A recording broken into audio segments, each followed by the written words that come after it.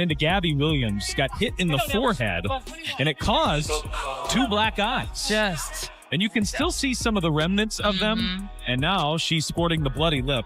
She is as tough as they come. Look, tough. Despite having a cracked lip and 2 black eyes when she entered the game against the Chicago Sky, Lexie Hall managed to provide one of her most difficult performances to yet. However, what she disclosed following the game is what has all of the fans talking at the moment. You can see why Indiana isn't just squeezing into these playoffs by looking at their domination over Chicago in spite of hardship. In front of us, they are rewriting who they are. Do you consider that impressive? Hold on till you hear Lexie Hull's further remarks. It could end up serving as the catchphrase for the Fever's postseason run. If you're excited with the victory, leave a comment for the Fever. Come on. Bow! That's a W. Made it out. All you gotta do is keep making it out. Woo! Dubs!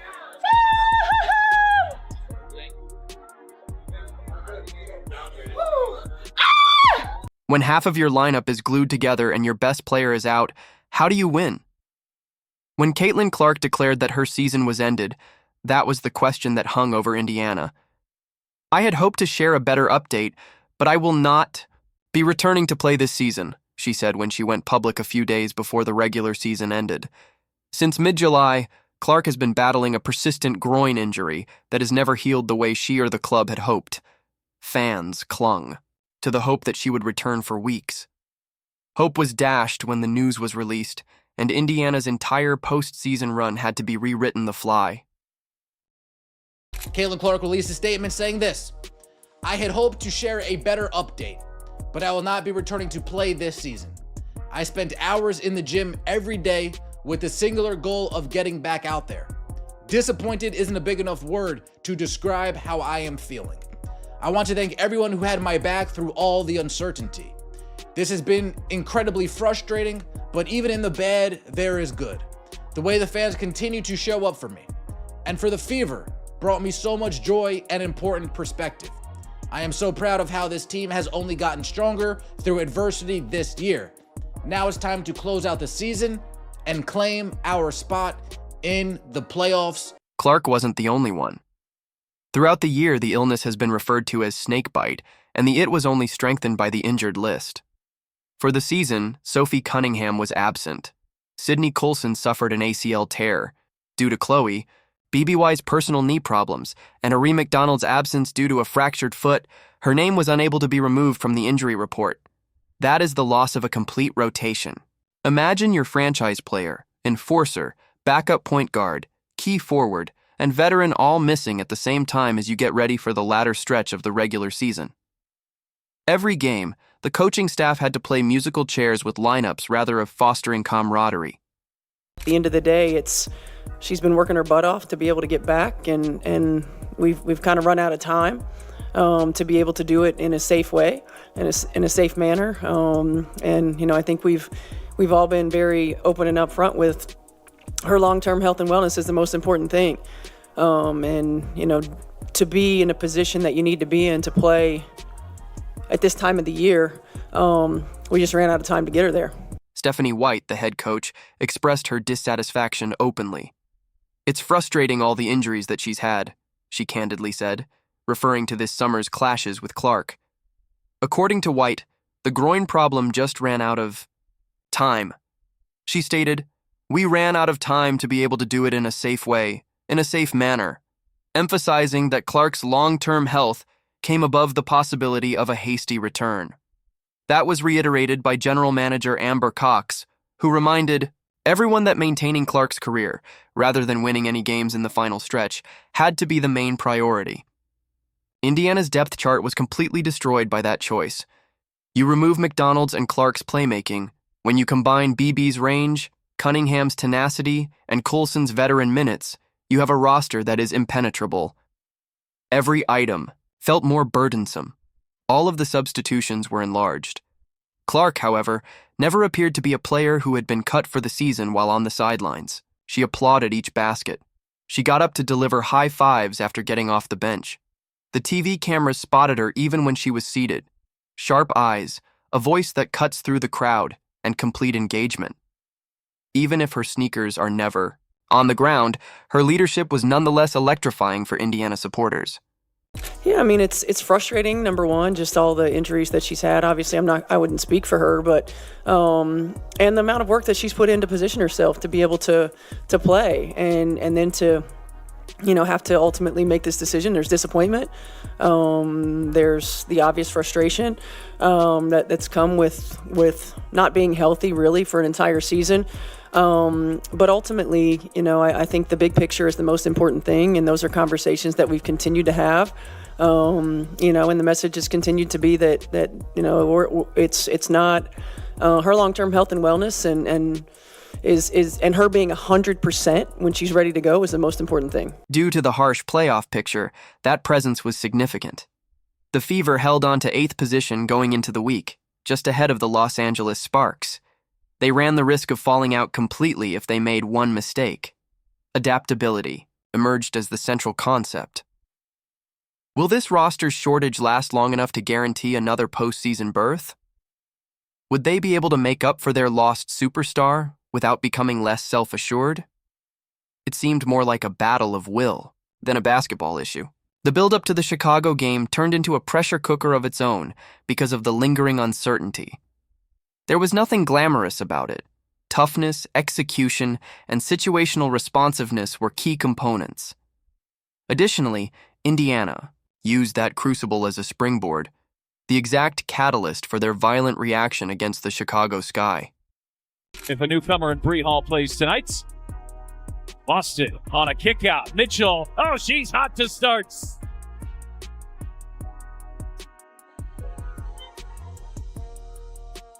Mitchell finds Dantas, who rolls and lays it in. When you look more closely, what does 97-7 mean? It is far more significant than a box score. It appears to be a typical 20-point victory on paper. However, if you pay attention to what has been going on between these two teams, you will see that the tale is far more extensive. Chicago wasn't the only team defeated by Indiana. This season, they have swept them 5 times in a row, winning by an average of 24 points per contest. For Chicago, that is total control that verges on humiliation.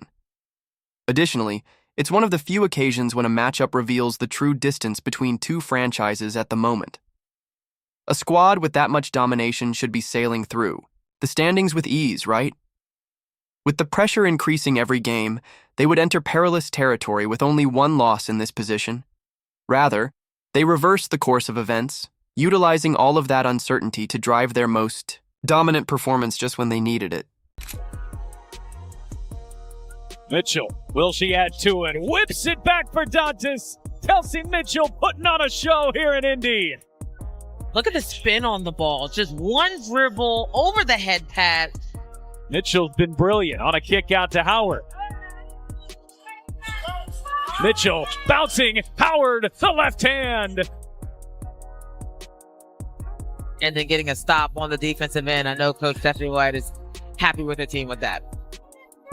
Mitchell being hounded by Atkins, trying to shake her. Mitchell bounces inside, and Howard gets the roll. Examine the Kelsey. As she has done all year, Mitchell took the lead.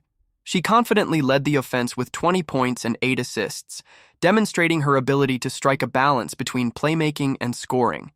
She wasn't merely chasing shots. Here.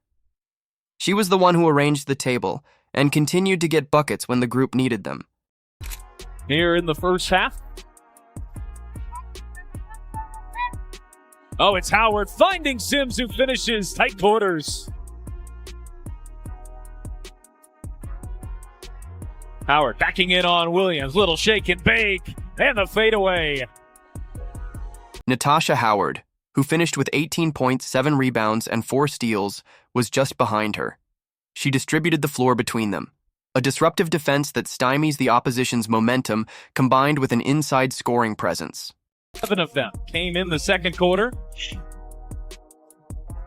Indiana's just been able to hold Chicago at an arm's length here tonight. And Natasha Howard putting together one of her best games of the season. Missing that little bunny, just the possession before, comes up through the contact, goes straight to her chest.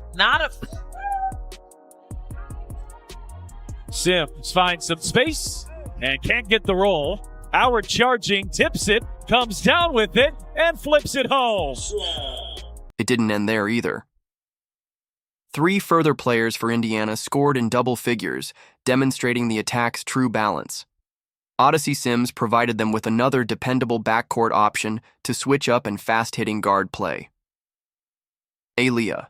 As reliable as ever, Boston made a low-key contribution and appeared at ease taking charge without Clark attracting attention to himself. She is the team's leading scorer with Angel Reese not available. Lob it inside. Boston spins and finishes.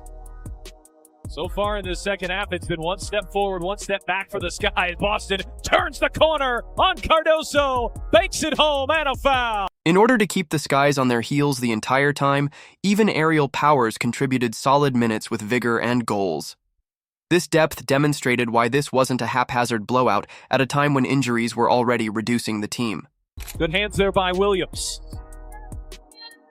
Petty, Powers, through traffic and is able to finish.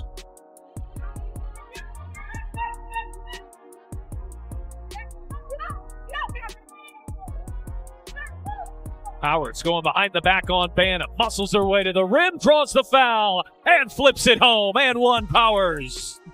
The actual tale is revealed by the statistic. Compared to just 9 turnovers, 27 assists. That is the epitome of efficiency, particularly in light of the fact that the Fever have had to switch up their lineups for practically every game. Players, don't go out looking for shots. They are punishing defenses that are caught out of place, moving the ball and having faith in one another. Chicago was unable to reply. Indiana often put the Sky away long before the final buzzer by stretching possession after possession into high-percentage looks. Why was all of this more significant than merely increasing the number of wins? Because there was more to this victory than just a sense of relief. It allowed the Fever to take charge of their own playoff fate. Chicago was out of the way thanks to the sweep. Indiana had all but guaranteed their spot in the playoffs, and the door to 6th place was abruptly open after results from Golden State and Seattle were announced. It's not a coincidence. Momentum is that. I love watching these players.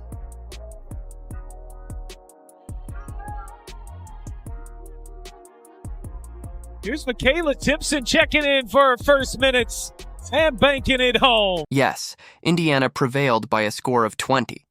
However, it signifies far more when you take a broader view and consider the sweep, the playoff positioning, and the degree of balance. The Fever demonstrated that their identity isn't based on a single player by not only defeating the Sky, but also tearing them apart in every category. It is based on the team's overall performance and resiliency, and one act that stood out above the others was at the heart of this new identity. Lexie Hall might not have led in points, but her battered and bloody warrior showing became the story everyone walked away talking about. In a game that was already about toughness, that's where Lexie Hall stole the show. She still had the scars from a traumatic collision with Gabby Williams from a week prior when she went into the night. The bruises that clouded both eyes each conveyed a different tale. She did not conceal them. Despite her wounded face, she was prepared to record minutes. As if that weren't enough, in the second half, Camila Cardoso cut her lip after catching her across the mouth. However, Hall wasn't going to leave that game, so blood and bruises wouldn't stop her. Powers bouncing, Hole. Had it denied at the rim. Looked home free, and I think She revealed more about herself through her resistance to sit down than any stat sheet could. You don't win without toughness when the roster is reduced by injury after injury, when Caitlin Clark is dressed in shabby clothes, and when Sophie, Cunningham, Chloe Beebe, and Arie McDonald are unable to even warm up. Paul embodied that teaching. She didn't appeal for pity. She put her trainers back on and gave them the kind of minutes that perfectly capture the essence of this team from Indiana. Don't back down, play injured, and punch back. But Sky, they just got to get into their sets a little bit quicker. here's Hole off the Boston screen. She hits, and Indiana is... I love the way that she's been able to elevate her game. The youngsters out of South Carolina, who both are having strong seasons, as Indiana has opened up 3 for 3 with Lexie Hall. The crazy part is that this is taking place amid the height of her career. She doesn't merely take up room everywhere as a role player. assists, steals, rebounds, and points. Her career is reaching new heights. By making more than 50 three-pointers, this year, she has already surpassed her own personal best from beyond the arc. That's growth, not chance. Everyone looks forward to a young player's breakthrough season. Additionally, it occurs just when the team needs someone who can carry, more than simply numbers. 3 points here tonight at 14 minutes off the bench. Turner gets inside, kick out. Holu buries a three. Her coach and teammates also notice it. Stephanie White stated unequivocally that Hull is the epitome of what the Fever aspire to achieve. Courageous and resilient. Getting that kind of endorsement is no small feat. When you play through pain, you earn it. Make an effort to play defensively and don't let a game slide. Anyone on that roster will tell you that Hall sets the tone. It's not just one night either. The defense has held together game after game thanks to her constant work. Yes, her defense is the glue even though her shooting has improved. In order to disrupt rhythm and slow down their flow, Indiana's thin squad needed someone to harass Chicago's guards on the perimeter. That's what Hull did. Every trip was contested by her, and she took elbows and body shots while absorbing them, without retreating. It is evident why the Fever's defensive stats increase when she is on the court. She communicates, annoys scorekeepers, and doesn't take plays off. Steph mentioned, whenever she sees you with the two black eyes, she smiles in a way because it just exemplifies your toughness.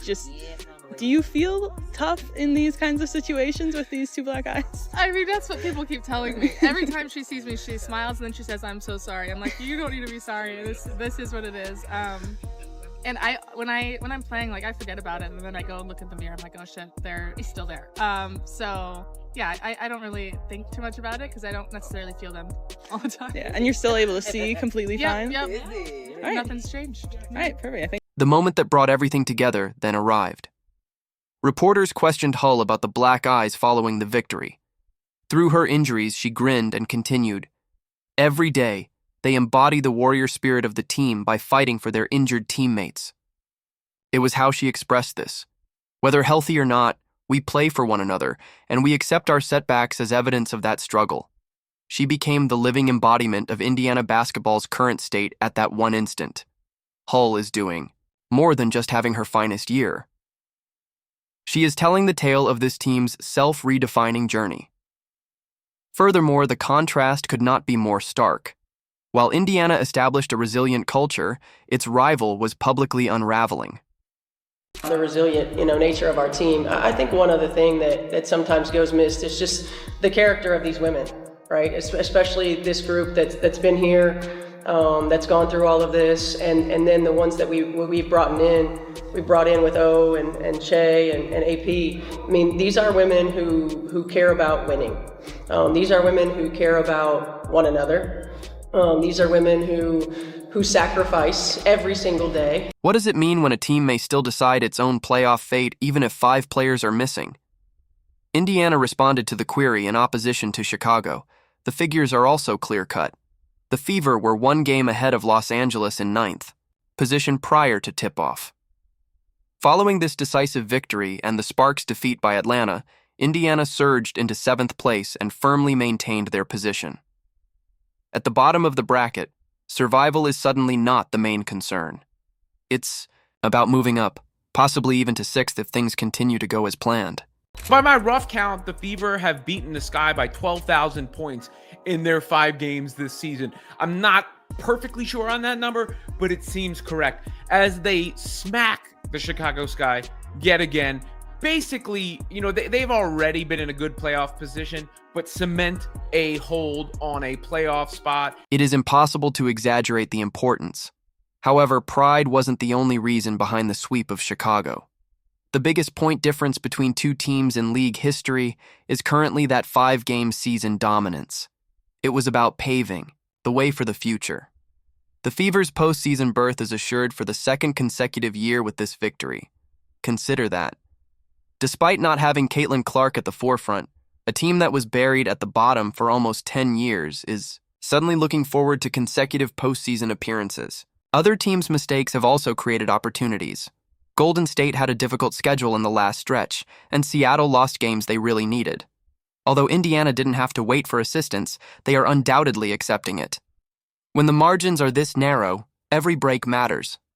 Kelsey Mitchell, brilliant once again. Lexie Hull playing through a busted lip after she's played through black eyes, which came from the knot on her forehead, which, you know, is sort of exemplifies the Fever season, the way they fought through things. You got all players on crutches and carts before the game. Caitlin Clark, unfortunately, ruled out for the season. It makes you think what could have been, but what is a smacking for the Sky whenever they face them, and a playoff spot almost assured for the Indiana Fever. And give credit where credit is due.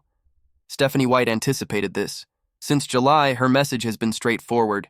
Each match is a playoff match. The group was hardened by such strategy. The players weren't examining the rankings or the calendar. They were arriving every night with a sense of urgency for the postseason. And now, in the last week, it's paying off. There is more to this playoff berth than only making it into the bracket. It demonstrates that this lineup isn't a one-man show. They have established trust, balance, and tenacity. That base has already grown into something more substantial, a group identity that endures in the absence of its star player. When Caitlin Clark as well, again, picture her rejoining this organization. What appears to be resilience all of a sudden feels like the beginning of something far bigger. Get the brooms out! Get the brooms out! I got my dustpan handy. We sweeping up the Chicago Sky. They are toast. They are done. We gonna hold on to our broom for this entire blog. Listen, the Indiana Fever just absolutely smoked the Chicago Sky. What a win. What a win. With their 97-77 victory, Indiana accomplished more than simply secure their postseason spot. They changed the values that this team upholds. One star wasn't supposed to bear the burden in this situation. It was about depth, toughness, and a roster that held together in spite of losing 5 players. The team's identity was centered on resilience as they defeated Chicago by an average of 24 points. To be honest, it's even more delightful knowing that Angel Ree was suspended after receiving her 7th technical foul and wasn't available. Imagine what will happen when Caitlin Clark rejoins a team that has already been established to succeed. If Indiana can dominate while still getting back together and making fun of Chicago's mayhem. If you're excited about the victory, leave a comment. If you're excited about the victory, leave a comment. Turn on all notifications, like, and subscribe to ensure you don't miss anything. We'll see you in the next video. Click the video on the screen.